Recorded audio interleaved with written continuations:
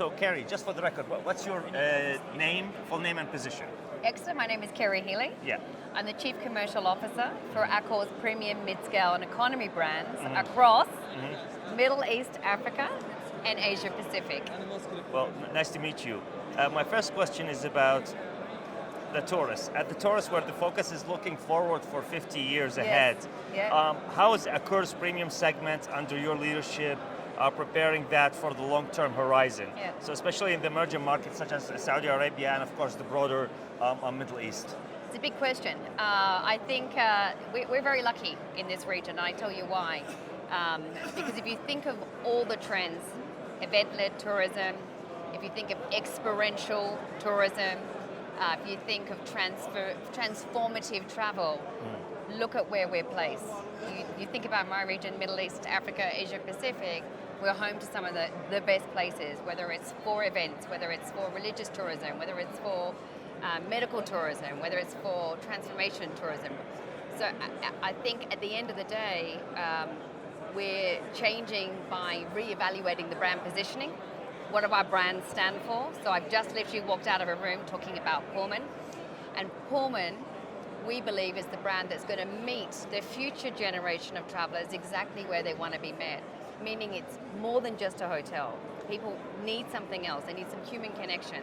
So a brand centered around creating moments for connection through the brand DNA, which I know you're going to speak to Benoit about. So, and I think for us, we're looking very carefully at how each brand resonates with the future travelers. And I think it's so important for us to get it right, because if I take Pullman, I'm 43% of the global network and 34% of the pipeline. I could go on with our Movic brand being 77% of the global network. So we have to get it right, and we also home to some of the largest growing economies, meaning the rise of the middle class, and where the youth will dominate and be the future traveler. So they're looking for connectivity, they're looking for a place to connect, they're looking for more than just a bed. My second question for you is, you highlighted in your speech that 28 to 34 of Pullman's core guest demographic they are the core guest demographic, and they're perfectly aligned with the young, ambitious, digital native travelers in this region. Yeah. How is Pullman redesigning the premium experience or their own guest experience to meet with the expectations of this next generation? Because they're young, they have different ideas, they have different takes. Yeah, that they're young and have different ideas, they also seek their information differently, right? So I think there's two things we have to solve. Where do we talk about Pullman? Where do they find out about Pullman? What is Pullman associated with that is of interest to them?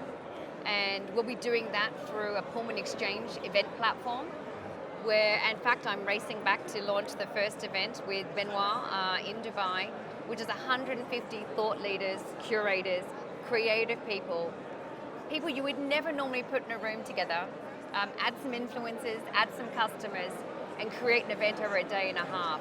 We'll use that as our biggest broadcasting arm, which will be social amplification for all of our media campaigns. And then I think it is really in